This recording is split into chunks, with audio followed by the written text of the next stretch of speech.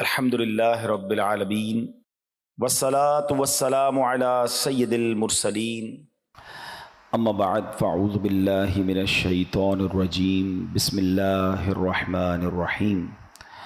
پڑھیے الصلاة والسلام علیک یا رسول اللہ وعلی آلک واصحابک یا حبیب اللہ۔ الصلاة والسلام علیک یا نبی اللہ وعلی آلک واصحابک یا نور اللہ۔ درود پاک پڑھنے کے بے شمار فضائل و برکات ہیں۔ مصطفیٰ جان رحمت شمع بزم ہدایت صلی اللہ تعالیٰ علیہ وسلم کا فرمان عالی شان ہے، اکثر الصلاۃ علی فإن الصلاۃ علی زکاۃ لکم۔ نبی پاک فرماتے ہیں مجھ پر درود پاک کی کثرت کرو، مجھ پر درود پاک کی کثرت کرو، بے شک تمہارا مجھ پر درود پاک پڑھنا تمہارے لیے پاکیزگی کا باعث ہے۔ یعنی ہمیں یہ پتہ چلتا ہے کہ درود پاک جو ہے وہ پاکیزگی کا باعث ہے، تو ہمیں درود پاک کثرت سے پڑھنا چاہیے۔ محبت کے ساتھ بآواز بلند درود پاک پڑھ لیں، صلو علی الحبیب صلی اللہ تعالی۔ دعائیں ہوتی ہیں مقبول اس وسیلے سے، دعائیں ہوتی ہیں مقبول اس وسیلے سے، خدا کی خاص عنایت درود پاک سے ہے۔ غم جہاں سے کبھی سابقہ نہیں پڑتا، ہمیں تو ہر گھڑی راحت درود پاک سے ہے۔ ایک بار پھر محبت کے ساتھ درود پاک، صلو علی الحبیب صلی اللہ تعالی علی محمد صلی اللہ علیہ وسلم۔ قرآن مجید فرقان حمید کی کچھ آیتیں ہم کوشش کرتے ہیں کہ ہم آیت بھی سنتے ہیں، اس کا ترجمہ بھی سنتے ہیں اور اس کی مبارک تفسیر بھی سنتے ہیں۔ آج جس آیت کو ہم نے ڈسکس کرنا ہے اس کے بارے میں کچھ مدنی پھول حاصل کرنے ہیں۔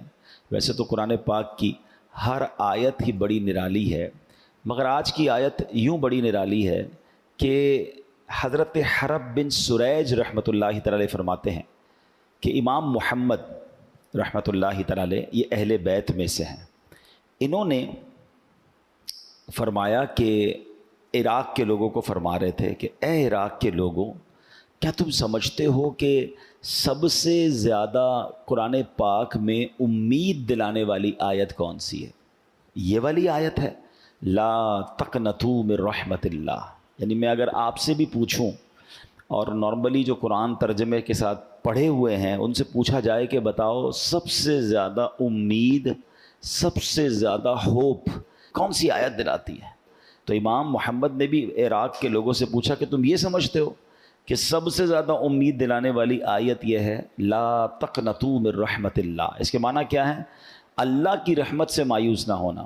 واقعی یہ بہت امید دلاتی ہے، مگر امام محمد کا کمال کا جملہ تھا، فرماتے ہم سب اہل بیت کا یہ متفقہ فیصلہ ہے کہ قرآن مجید میں سب سے بڑھ کر امید دلانے والی جو آیت ہے نا وہ ہے وَلَسَوْفَ يُعْطِيكَ رَبُّكَ فَتَرْضَىٰ۔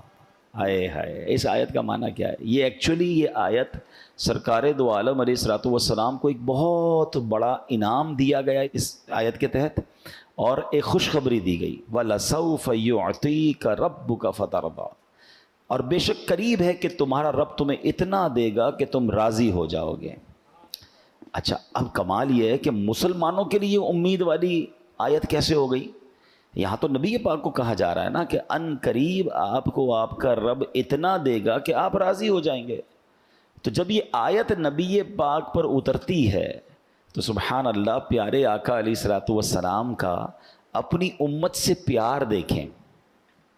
دیکھیں نا، اگر آپ کو کوئی کہے کہ بھائی آپ کو کیا چاہیے بتائیں، کوئی بلینک چیک دے دے آپ کو، جتنی اماؤنٹ بھرنی ہے بھر لیں، یا اس کے علاوہ کچھ چاہیے تو بتائیں، تو ہم کیا کریں گے؟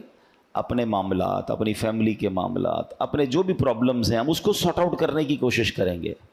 مگر سرکار دو عالم علیہ الصلوۃ والسلام کو یہ ایسی خوشخبری جب ملتی ہے تو ان کو یاد کون آتا ہے؟ کیا کہا رب نے؟ وَلَسَوْفَ يُعْطِيكَ رَبُّكَ فَتَرْضَىٰ، اے محبوب ان قریب تمہارا رب تمہیں اتنا دے گا کہ تم راضی ہو جاؤ گے۔ نبی پاک علیہ السلام نے جب یہ آیت ان پر نازل ہوئی نا تو پیارے آقا نے پتہ کیا فرمایا؟ جب تک میرا ایک بھی امتی جہنم میں ہوا میں راضی نہیں ہوں گا۔ اللہ اکبر ہیں، آتا ہے فقیروں پہ انہیں پیار کچھ ایسا، خود بھیک دیں اور خود کہیں منگتا کا بھلا ہو۔ تو پتہ چلا کہ یہ آیت سب سے زیادہ امید دلانے والی آیت ہے کہ جب رب نے یہ فرمایا کہ محبوب تمہیں اتنا دیں گے کہ تم راضی ہو جاؤ گے، اور سرکار علیہ السلام فرماتے ہیں میں اس وقت تک راضی نہیں ہوں گا جب تک اپنے ایک ایک امتی کو جہنم سے آزاد نہ کروا لوں، اس کی مغفرت کا سامان نہ ہو جائے۔ اللہ اکبر۔ اور یہاں وہ سبحان اللہ سیدی اعلیٰ حضرت امام اہل سنت کا ایک شعر آپ کو سنانا ہے، مگر اس سے پہلے کچھ جملے سنیے گا۔ اللہ رب العالمین ہے، وہ احکم الحاکمین ہے، اس کی شان ہے کہ جو چاہتا ہے صرف کن فرماتا ہے تو ہو جاتا ہے۔ ساری خلقت اس کی رضا چاہتی ہے۔ لوگوں نے اس رب الرحمن کو راضی کرنے کے لیے زندگیاں لگا دیں، جنگلوں میں رہ کر عبادتیں کیں، کیا کیا مجاہدات نہ کیے، اب بھی کرنے والے کرتے ہیں۔ لیکن سبحان اللہ وہ رب اپنے محبوب سے کیا فرماتا ہے؟ ایک روایت ہے کہ اللہ پاک فرماتا ہے کلہم یطلبون رضائی، اے محبوب ساری مخلوق میری رضا چاہتی ہے۔ کلہم یطلبون رضائی وانا اطلب رضا کا، اے محبوب میں تیری رضا چاہتا ہوں۔ اللہ کریم کو اپنے حبیب علیہ السلام سے کس قدر پیار ہے، فرماتا ہے ساری دنیا ساری مخلوق ہے محبوب میری رضا چاہتی ہے، مگر اے میرے محبوب میں تیری رضا چاہتا ہوں۔ اعلیٰ حضرت جب بھی لکھتے ہیں نا خدا کی رضا چاہتے ہیں دو عالم، ساری دنیا دو عالم کس کی رضا چاہتے ہیں؟ اللہ کی۔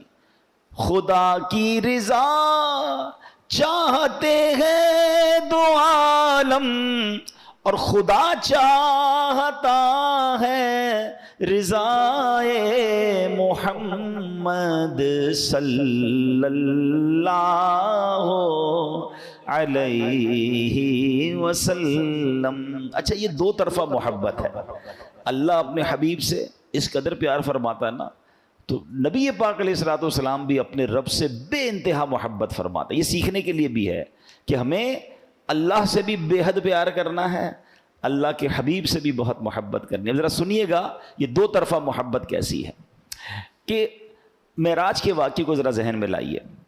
حسین رات ہے، رب کریم نے اپنے محبوب علیہ السلام کے لیے آسمانوں کو سجایا، زمین و آسمان میں اہتمام ہوتا رہا، انبیاء کرام استقبال کے لیے مسجد اقصی میں جمع ہو رہے ہیں، آسمانوں میں دھوم مچی ہے۔ پیارے آقا علیہ السلام عاجزی اور انکساری کے پیکر بن کر اللہ رب العالمین کی محبت سے سرشار ہو کر نہایت ادب کے ساتھ اللہ کی بارگاہ میں حاضر ہوتے ہیں۔ جب اس خاص مقام پر پہنچتے ہیں تو اللہ پاک نے فرمایا اب کوئی نہیں ہے۔ ایک واقعہ آیا نا کہ جبریل امین علیہ السلام بھی سدرۃ المنتہا کے پاس جا کر رک جاتے ہیں، کہتے حضور اب آپ آگے جائیے۔ کہا اے جبریل تم ساتھ نہیں چلو گے؟ کہا حضور اب یہاں سے تھوڑا سا بھی آگے گیا نا تو میرے پر جل جانے ہیں، میری لمٹ یہیں تک ہے۔ سبحان اللہ، فرشتوں کا سردار پیچھے رہ جاتا ہے اور جناب رحمت للعالمین علیہ السلام آگے جاتے ہیں۔ اس سے یہ بھی اندازہ ہوتا ہے کہ اللہ کی بارگاہ میں نبی پاک کا مرتبہ مقام قرب میں پہنچے نا تو اللہ نے فرمایا اے محبوب انا و انتا، ایک میں ہوں ایک آپ ہیں، وما سوا کا خلقت لاجلک، آپ کے علاوہ کائنات میں جو کچھ ہے وہ سب میں نے آپ کے لیے پیدا کیا ہے۔ وجہ تخلیق کائنات ہم کہتے ہیں نا، ریزن آف دا اول کریشن، یعنی اللہ فرماتا ہے ایک محبوب کہ ایک میں ہوں ایک آپ ہیں، اور آپ کے علاوہ جو کچھ کائنات میں ہے وہ سب میں نے آپ کے لیے پیدا فرمایا ہے۔ سیدی مولانا حسن رضا خان صاحب لکھتے ہیں نا، کونین بنائے گئے سرکار کی خاطر، کونین بنائے گئے سرکار کی خاطر، کونین کی خاطر تمہیں سرکار بنایا۔ تو سبحان اللہ، تو اب کیا ہوا، اللہ پاک کی اپنے محبوب سے یہ بے مثال محبت ہے، مگر نبی پاک علیہ السلام نے محبت الہی میں کیا عرض کیا؟ وہ عرض کرتے ہیں اللہم انت وما انا، اے اللہ پاک تو ہی تو ہے، اے اللہ پاک تو ہی تو ہے، میں نہیں ہوں۔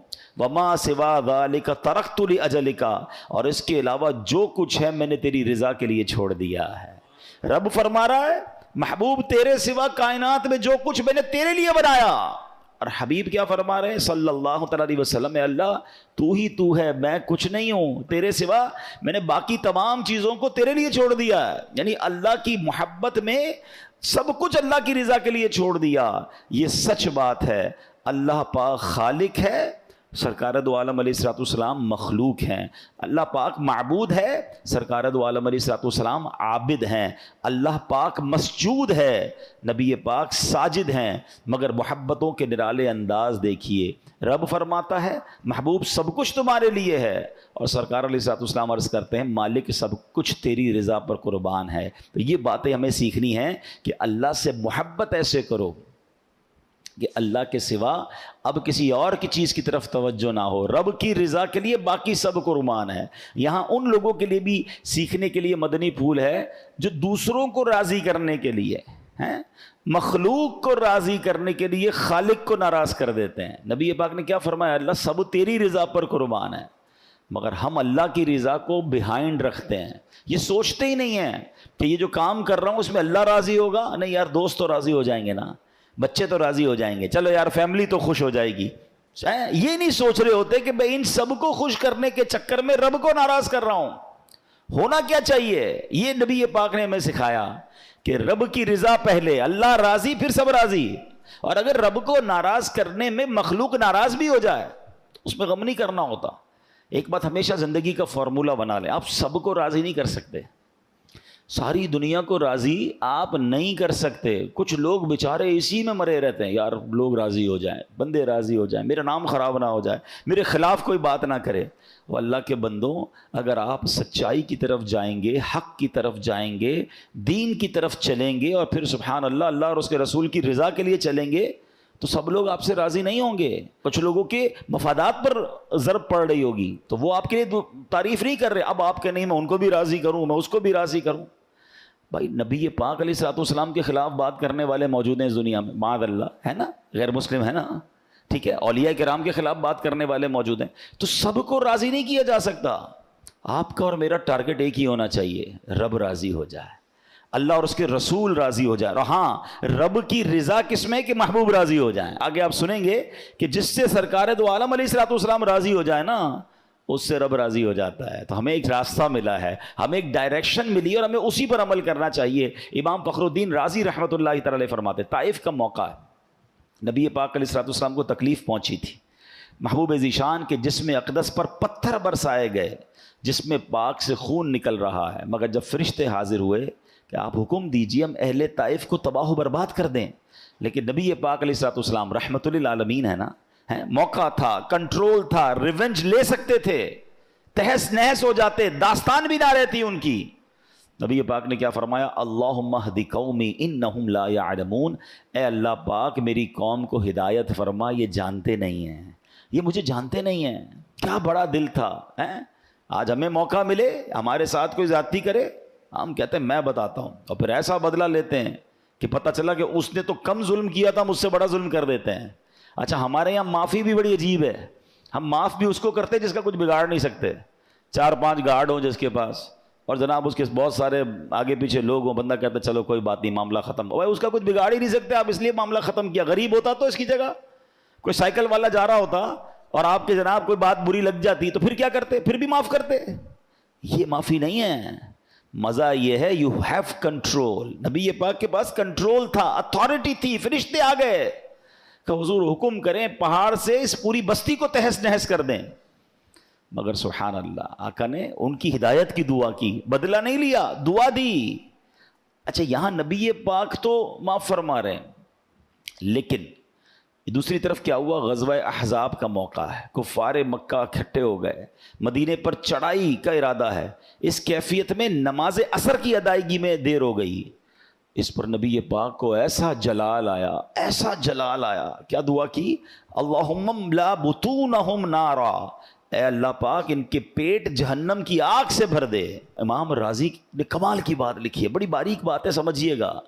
نبی پاک پر حملہ ہوتا ہے، اپنی ذات پر اٹیک ہوا، خونم خون ہو گئے، مگر اللہ کے حبیب نے معاف کر دیا. لیکن نماز کی ادائیگی میں تاخیر ہوئی کیونکہ اللہ کا حق نہیں ادا ہو رہا تھا. پس محبوب کا، ہمارے آقا علیہ الصلوۃ والسلام کا یہ انداز ہے، اور اللہ کی طرف سے بھی ارشاد ہوتا ہے اے محبوب ہمارے ہاں بھی یہی قانون ہے، اگر کوئی مسلمان میرے حق میں کوتاہی کرے، مثلا نماز نہ پڑھے، نماز کو فرض جانتا ہوں مگر سالہ سال ادا نہ کرے، وہ کافر نہیں ہو جاتا، وہ اسلام سے خارج نہیں ہو جاتا، لیکن اے محبوب اگر کہ کوئی آپ کے بال مبارک کی بھی معمولی سی بھی بے ادبی کرے گا تو ہماری بارگاہ کا دھتکارا ہوا ہوگا، اس پر کفر کا حکم لگا دیا جائے گا۔ فرق سمجھ رہے ہیں؟ سرکار دو عالم علیہ الصلوۃ والسلام اور اللہ رب العالمین کا یہ خوبصورت تعلق کیسا ہے کہ اللہ کے حبیب پر خود حملہ ہو رہا ہے، معاف فرما رہے ہیں، اور نماز قضا ہونے کے لیے کفار نے کوشش کی، حملے کیے، تو اللہ کے حبیب ان کی بربادی کی دعا کر رہے ہیں کہ میں اپنے رب کا حکم ادا نہیں کر پا رہا یا تاخیر ہو رہی ہے۔ اور اللہ کے یہاں بھی دستور ایسا ہے کہ ساری زندگی کو اللہ کی نافرمانی کرے، نماز نہ پڑھنا بہت بڑا گناہ ہے، لیکن اس کو ہم غیر مسلم نہیں کہیں گے، اس کو دائرہ اسلام سے خارج نہیں کہیں گے، حالانکہ اللہ کی نافرمانی کر رہا ہے۔ لیکن حبیب پاک کی بارگاہ میں گستاخی کرے گا، ذرہ برابر گستاخی ہوگی، تو پھر اسلام میں باقی نہیں رہے گا۔ تو یہ تعلق اور یہ محبت بھی سمجھنا ہے، اور سرکار دو عالم علیہ الصلوۃ والسلام کا رب کی بارگاہ میں مقام کیسا ہے۔ تو ہم نے جو آیت سنی اس میں جو نبی پاک نے فرمایا کہ میں اس وقت تک راضی نہیں ہوں گا جب تک میرے ایک ایک امتی کو جہنم سے آزاد نہ کروا لوں۔ تو ایک بار خود نبی پاک علیہ الصلوۃ والسلام فرماتے روز قیامت ہوگا، میں شفاعت کرتا جاؤں گا، حدیث پاک کا مضمون ہے، یہاں تک کہ میرا رب مجھے فرمائے گا ارضیت یا محمد، یعنی اے پیارے محبوب علیہ الصلوۃ والسلام کیا آپ راضی ہو گئے؟ میں عرض کروں گا نعم یا ربی رضیت، ہاں اے میرے رب میں راضی ہوں۔ سبحان اللہ۔ تو معلوم یہ ہوا کہ نبی پاک کی رضا جو ہے وہ رب کی رضا ہے، اور اللہ کی رضا، سبحان اللہ۔ اچھا، اب شفاعت کے بارے میں ہمارا بلیف اور ہمارا عقیدہ کیا ہونا چاہیے؟ بڑی اہم بات کرنے جا رہا ہوں کہ ہمیں اس بارے میں اپنا مائنڈ سیٹ کیا رکھنا چاہیے۔ یاد رہے کہ عقیدہ شفاعت حق ہے، سچ ہے، اور ہم پر لازم ہے کہ ہم شفاعت کا عقیدہ پکا رکھیں، مضبوط عقیدہ رکھیں۔ سرکار دو عالم علیہ الصلوۃ والسلام فرماتے ہیں شفاعتی یوم القیامت حق، روز قیامت میرا شفاعت کرنا حق ہے، فمن لم یؤمن بہا لم یکن من اہلہا، جو اس پر ایمان نہ لائے گا وہ شفاعت کا حقدار نہیں ہوگا۔ یعنی شفاعت ملنی بھی اسی کو ہے کہ جو شفاعت پر ایمان لائے کہ ہاں نبی پاک قیامت کے دن شفاعت کریں گے۔ اب یہاں ایک اور میں مزے کی بات بتاؤں، جب قیامت کا دن ہوگا نا، اللہ کے حبیب علیہ الصلوۃ والسلام کو مقام محمود عطا کیا جائے گا۔ یہ مقام محمود کیسا ہوگا کہ پورا محشر دیکھے گا کہ اللہ کی بارگاہ میں اللہ کے حبیب کا مرتبہ کیسا ہے، کیا اسٹیٹس اور کیا مقام ہے۔ ٹھیک ہے، ہم پڑھتے ہیں نا اذان کے بعد کی جو دعا ہوتی ہے وَبَعَثْهُ مَقَامًا مَحْمُودًا، یہ وہی مقام محمود ہے جو قیامت کے دن عطا کیا جائے گا۔ اچھا، اس مقام محمود کو دیکھ کر شفاعت نبی پاک فرما رہے ہوں گے، جو آپ کہہ رہے ہوں گے سبحان اللہ وہ ہوتا چلا جائے گا۔ تو اب غیر مسلم بھی جو ہیں، جو آج نہیں مانتے وہ مان جائیں گے، جو نبی پاک معاذ اللہ ایسے بھی کلمہ پڑھنے والے اب دنیا میں آ گئے جو کلمہ بھی پڑھتے ہیں اور پیارے آقا علیہ الصلوۃ والسلام کی شان میں کوئی نہ کوئی کمی ڈھونڈ رہے ہوتے ہیں، استغفر اللہ، ان کو اپنے ایمان کی فکر کرنی چاہیے۔ مگر یہ سارے لوگ بھی قیامت کے دن مان جائیں گے کیونکہ سب کو نظر آ رہا ہوگا، مگر یاد رہے اس دن کا ماننا قبول نہیں کیا جائے گا، اس دن کا ایکسیپٹ کرنا قبول نہیں کیا جائے گا۔ ماننا آج ہے، ہمارا ایمان بن دیکھے ہے، ہم نے تو اللہ کو نہیں دیکھا نا، بے دیکھے مانا ہے، نبی پاک سے ملاقات نہیں ہوئی، اللہ کا آخری نبی مانتے ہیں، قیامت پر ایمان ہے، فرشتوں پر ایمان ہے، آسمانی کتابوں پر ایمان ہے۔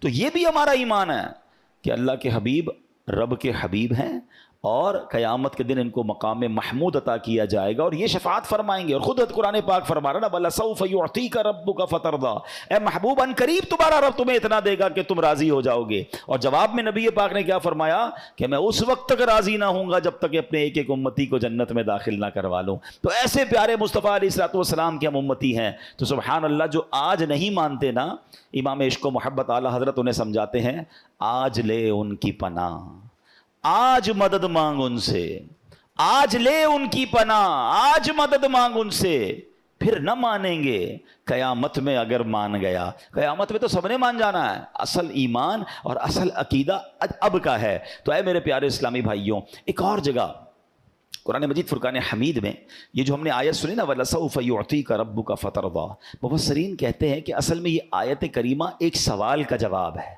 اور وہ سوال کیا ہے؟ اللہ کریم پچھلی آیت میں فرماتا ہے وَلَلْآخِرَةُ خَيْرٌ لَكَ مِنَ الْأُولَى.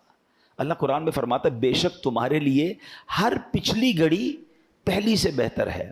یعنی پیارے محبوب علیہ الصلوۃ والسلام آپ کی زندگی مبارک کا ہر لمحہ، ہر گھنٹہ، ہر دن، ہر مہینہ، ہر سال بے مثل و بے مثال ہے، بہترین سے بہترین ہے. آنے والا ہر لمحہ، ہر آنے والا دن، ہر آنے والا ہفتہ، ہر آنے والا مہینہ، ہر سال پچھلے لمحات سے بہترین ہے. اب دیکھیے، ایک ہے پہلی گھڑی، ایک ہے اس کے بعد والی گھڑی. رب فرماتا ہے نبی پاک کی پہلی گھڑی بھی بہترین، مگر بعد والی گھڑی بہترین سے بھی بہترین ہے. اب سوال یہ ہے کہ ان دونوں گھڑیوں میں فرق کتنا ہے، مرتبہ کتنا بڑھتا ہے؟ تو دوسری گھڑی جو پہلی سے زیادہ بہترین ہے، اس میں کتنی مقدار بڑھ جاتی ہے؟ تو اب رب کریم فرماتا ہے وَلَسَوْفَ يُعْطِيكَ رَبُّكَ فَتَرْضَىٰ. بے شک قریب ہے کہ تمہارا رب تمہیں اتنا دے گا کہ تم راضی ہو جاؤ گے.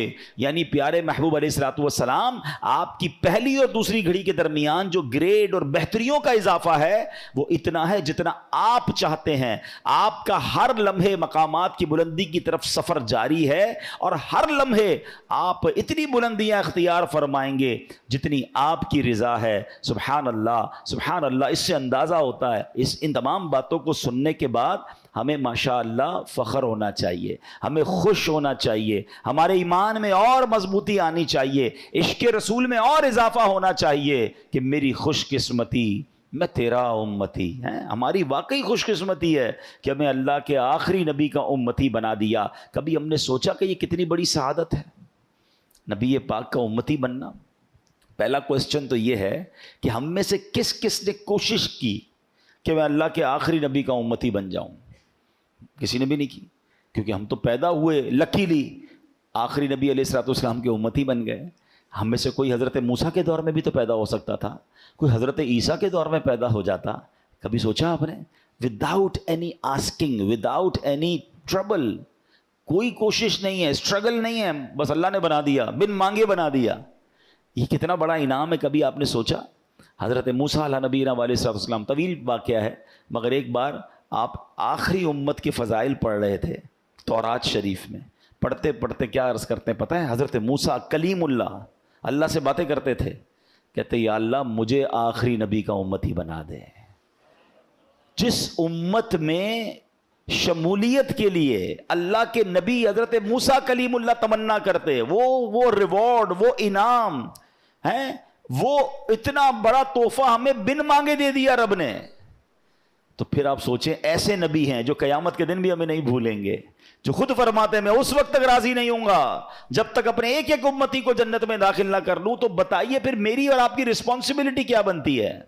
کوئی ذمہ داری بنتی ہے کہ نہیں؟ بن مانگے دیا اور اتنا دیا، دامن میں ہمارے سمایا نہیں، مگر کچھ تو ذمہ داری بنتی ہے کہ ساری امتوں سے افضل امت بنا دیا. آپ کو پتہ ہے کتنی امتیں آئی ہیں؟ 1,24,000 کے قریب انبیاء کم و بیش دنیا میں آئے، سب کے تقریباً چاہنے والے ان کی امت کے لوگ ہوں گے، مگر اس امت کو آخری امت ہے، اور چونکہ جناب رسول اللہ کی امت ہے اس لیے سب سے افضل امت قرار دیا گیا. تو مجھے جب یہ ریوارڈ ملا ہے تو میری ذمہ داری کیا ہے؟ دیکھیں سچی بات یہ ہے کہ میری اور آپ کی رسپانسبلٹی یہ ہے کہ اب میں سفیر ہوں اسلام کا، تو ہونا کیا چاہیے کہ مجھے دیکھ کر لوگ کہیں کہ امتی ایسا ہے تو آقا کیسے ہوں گے؟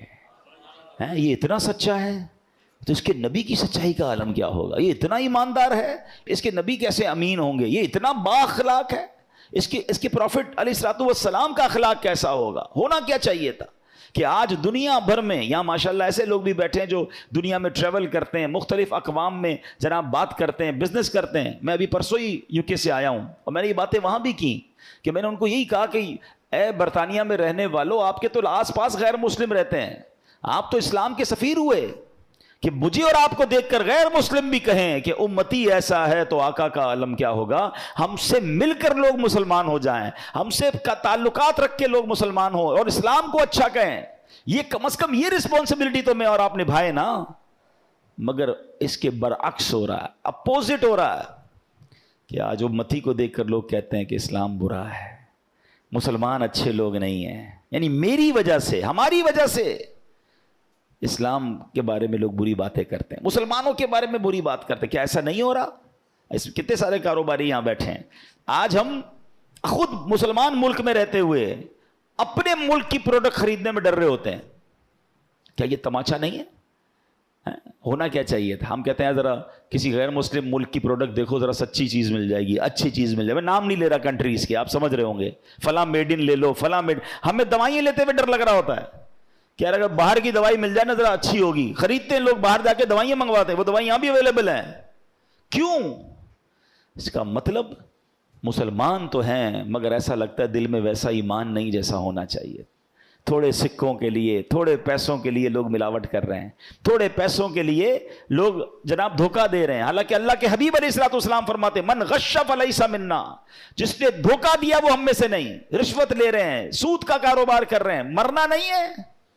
اچھا یہ سزا تو بعد میں جو ملنی ہے ملے گی. یہاں جو اسلام کا نام برباد ہو رہا ہے کہ آج لوگ میری اور آپ کی وجہ سے, جس کی وجہ سے ہو رہا ہے, میں سمجھانے کے لیے کہہ رہا ہوں کہ یار وہ اللہ کے حبیب علیہ الصلوۃ والسلام کو کیا منہ دکھائیں گے کہ تم نے میرے دین کا نام تو روشن نہیں کیا, کم از کم ایسا کام تو نہ کرتے کہ دین بدنام ہو گیا.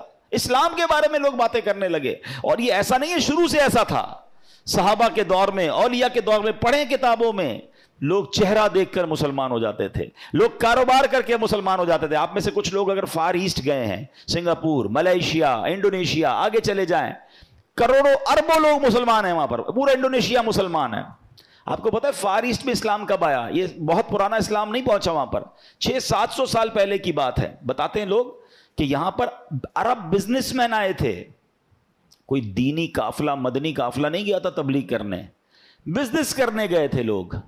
مگر اتنا سچا بزنس تھا, اتنا ستھرا بزنس تھا, ان کے اخلاق اتنے اچھے تھے, ان کی نمازیں دیکھ کر, ان کے چہروں پر نور دیکھ کر وہ کاروبار کرتے رہے, کلمہ پڑھ کے مسلمان ہوتے رہے. آج جناب وہاں کروڑوں مسلمان ہیں. تو یہ ہے اسلام نا, کہ بزنس کرتے کرتے لوگوں کو متاثر کر گئے. آج ہم سے کاروبار کر کے کوئی مسلمان ہوگا؟ ڈر رہے ہیں لوگ مسلمانوں سے کاروبار کرتے ہوئے. آج مسلمان کو پیسے دو تو ڈر لگ رہا ہوتا ہے واپس آئیں گے نہیں آئیں گے. اچھا وہ اللہ رسول کی قسمیں بھی کھا رہا ہوگا. اب حال تو یہ ہو گیا جو زیادہ قسمیں کھاتا ہے اسے زیادہ ڈر لگتا ہے کہ یہ قسمیں کھائی اسی لیے رہ کے اس سے کام نہیں کرنا ہے. کیوں؟ ہونا کیا چاہیے تھا, ہماری زبان ہوتی اور وہ ایک ہوتی. اچھا اب یہ تو ہو گئی اجتماعی بات. اب ہم کہیں یار سبھی خراب ہے, آپ سب کو چھوڑ دیں, سب کو ٹھیک کرنا میری ذمہ داری نہیں ہے. اپنے آپ کو تو ٹھیک کریں نا, اپنے حصے کا تو چراغ جلائیں نا. قبر میں سب ساتھ جاؤ گے, اکیلے جائیں گے؟ اکیلے جاؤں گا نا. میں تو جواب دے سکوں گا کہ یا اللہ میں نے نہیں دیا دھوکہ, میں نے غلط بیانی نہیں کی, میں نے اسلام کا نام برباد نہیں کیا. کوشش کی کہ اپنے حصے کا چراغ جلا کر آؤں, اپنے حصے کی روشنی پھیلا کر آؤں. مجھے تو خود جواب دینا ہے نا, نبی پاک سے خود ملاقات کرنی ہے انشاءاللہ. قبر میں بھی ملاقات کرنی ہے, محشر کے دن بھی ملاقات کرنی ہے انشاءاللہ. منہ دکھانے جیسا تو ہو کہ یا رسول اللہ صلی اللہ تعالی علیہ وسلم, آپ 1400 سال پہلے میں پیدا نہیں ہوا تھا, آپ ہمارے لیے دعائیں کرتے رہے, آپ آنسو بہاتے رہے, آپ معراج کی رات بھی ہمیں نہ بھولے. اور جب آپ پر یہ آیت کریمہ نازل ہوئی وَلَسَوْفَ يُعْطِيكَ رَبُّكَ فَتَرْضَىٰ, اے محبوب ان قریب تمہارا رب تمہیں اتنا دے گا کہ تم راضی ہو جاؤ گے. حضور اس وقت بھی آپ نے ہم گناہگاروں کو یاد رکھا اور فرمایا میں اس وقت تک راضی نہ ہوں گا جب اپنے امتیوں کو جنت میں داخل نہ کر لوں. حضور میں بھی کچھ آپ کے حصے کا چراغ جلا کر آیا, آپ کی تعلیمات کا کچھ چراغ جلا کے آیا, آپ کی برکتوں سے میں بھی کچھ دین کی خدمت کر کے آیا. کچھ تو کر کے جائیے نا. ایسا مت کیجئے. اگر ہم میں سے کوئی ایسا مجھے سن رہا ہے, توبہ کیجئے, نمازوں کی پابندی کیجئے, سنتوں پر عمل کیجئے, اپنا کردار ایسا بنا لیجئے. میرے پڑوس میں کوئی رہنے آئے تو کہے یار کیا پڑوسی ہے. ہاں حدیثوں میں یہ مضمون ملتا ہے, جس کا پڑوسی اس سے راضی اور رب اس سے راضی. ہمیں تو پتہ ہی کوئی نہیں ہے پڑوس میں رہتا کون ہے, اور ناراض ہوتا ہے تو ہو اپنی بلا سے, ہمارا کیا ٹینشن ہے. ہمارے گھر کے آگے کچھ نہیں ہونا چاہیے. پڑوس میں بے شک بندہ بھوکا مر رہا ہے, ہمیں کوئی ٹینشن نہیں ہے. نہیں, ایک بار نبی پاک علیہ الصلوۃ والسلام پڑوسیوں کے حقوق بیان کر رہے تھے, ٹھیک ہے, تو صحابہ کرام علیہ رضوان سوچ رہے تھے کہ آج نبی پاک علیہ الصلوۃ والسلام اتنے حقوق بیان فرما رہے ہیں, اتنے حقوق بیان فرما رہے ہیں کہ کہیں پڑوسیوں کے لیے نبی پاک علیہ الصلوۃ والسلام وراثت کا اعلان نہ کر دیں. اتنے حقوق ہیں پڑوسیوں کے, اور ہم میں سے کس کو فکر ہے؟ نہیں, ہمیں ایسا مسلمان بننا ہے کہ میری وجہ سے نور پھیلے, روشنی پھیلے.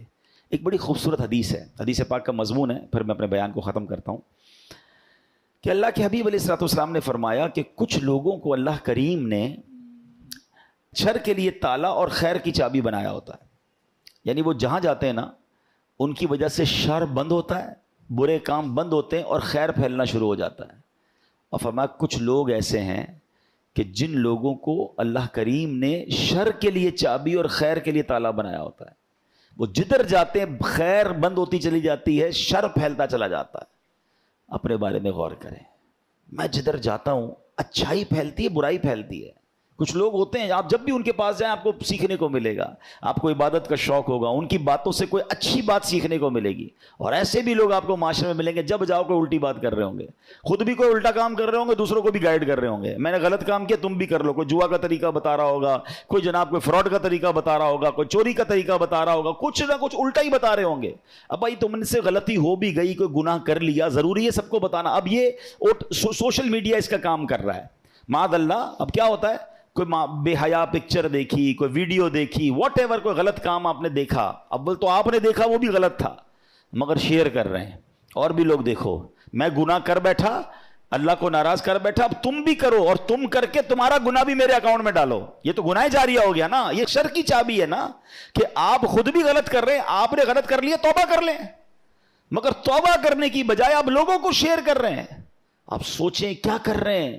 اور یہ سوشل میڈیا تو اتنی بڑی تباہی ہے کہ آپ اگر کوئی گناہ حرام چیز سوشل میڈیا پر چھوڑ کر مر گئے ہیں, ہم تو مر جائیں گے نا مگر وہ چیز باقی رہے گی, اور اگر لاکھوں لوگ بعد میں بھی دیکھتے رہیں گے تو ایسا نہ ہو قبر میں مار پڑتی رہے. یہ اللہ عقل دے ان لوگوں کو جو چند لائکس کے لیے, چند فالوورز کے لیے ناچ گانے ڈھول تماشے جو آ رہا ہے جناب, بس کہتے ہیں نا الٹا کام کروں گا تو ہی لائکس ملیں گے. سوشل میڈیا کا تو فارمولا یہ ہے نا کہ اے فار ایپل اور بی فار بال پر لائکس نہیں ملتے. کوئی اگر اے فار ایپل اور سی فار بال کہے تو لائکس ملتے ہیں. بھائی سی فار بال کیسے ہو گیا, الٹی بات کر دی, دنیا پر دیکھنے آ گئی, اچھا جناب اتنے ویوز ہو گئے. اللہ کے بندو الٹے کام کر کے ویوز لے رہے ہو, لائکس لے رہے ہو. ایک جملہ میں نے بہت پہلے کہا تھا, دوبارہ اللہ کرے دل پہ لگ جائے, کہ لوگوں کے لائک لینے کے چکر میں ایسا کام مت کرنا کہ اللہ کی بارگاہ میں ان لائک ہو جاؤ. کروڑوں لائکس مل جائیں اور اللہ کی بارگاہ سے اللہ ناراض ہو جائے. کوئی کام ہے اس فالوور کا, ان لائکس کا؟ چھوٹے چھوٹے بچے یوٹیوبر بن رہے ہیں. اب تو ہم گھروں میں جاتے ہیں نا تو بچہ آتا ہے چھوٹا سا کہ میں بھی یوٹیوبر ہوں, میرا ذرا پیج پہ لائک کر دیں, اتنے سارے لائکس میرے. کس کام میں لگ گئی ہماری قوم. اچھا اگر آپ نے سوشل میڈیا کا استعمال کرنا ہے تو خیر کی چابی بنے نا, کوئی ایسی چیز شیئر کرے نا کہ میں بھی درود پاک پڑھ رہا ہوں آپ بھی پڑھیں, میں بھی باجماعت نماز پڑھنے جا رہا ہوں آئیے آپ بھی پڑھیں, فلاں بیان میں نے سنا آپ بھی, کوئی اچھی چیز فالو کروائیں نا. خیر کی چابی بنے, شر کی چابی بنے ہوئے ہیں. اللہ کرے کہ ہم ایسے بن جائیں کہ جدھر جائیں ہم سے خیر پھیلے, ہم سے نیکی پھیلے. پہلے ہی گناہ بہت ہیں, گناہ جاریہ والا کام مت کرنا. یاد رکھ, کیا ہے تو ڈیلیٹ کر دیں, توبہ کر لیں, ورنہ ہم مر جائیں گے کہیں یہ جاری نہ رہ جائے. اللہ زندگی ایسی گزارنے کی توفیق عطا فرمائے کہ صدقہ جاریہ والے کام ہم سے ہوتے رہیں. اور اللہ نے دی توفیق, کیجئے, آسان ہے, زیادہ مشکل نہیں ہے. اگر جس کا ذہن بن جائے نا کہ میں کوئی ایسی نیکی کر جاؤں کہ میں نہیں رہوں اور بعد میں بھی نیکی جاری رہے. یہ مسجد دیکھ لینا, سبحان اللہ کتنی بڑی نیکی ہے, اتنی بڑی نیکی ہے ہمارے لیے کہ ماشاءاللہ جن جن لوگوں نے اس مسجد میں حصہ ملایا ہے, اب ہو سکتا ہے وہ دنیا سے چلے بھی جائیں, قیامت تک سجدے ہوتے رہیں گے, انہیں نیکیاں ملتی رہیں گی. تو یہ نیکیاں کیجئے نا بھائی. اللہ پاک ہم سب کو صدقہ جاریہ والے کام کرنے کی توفیق عطا فرمائے. آمین بجاہ النبی الامین صلی اللہ تعالی علیہ وسلم.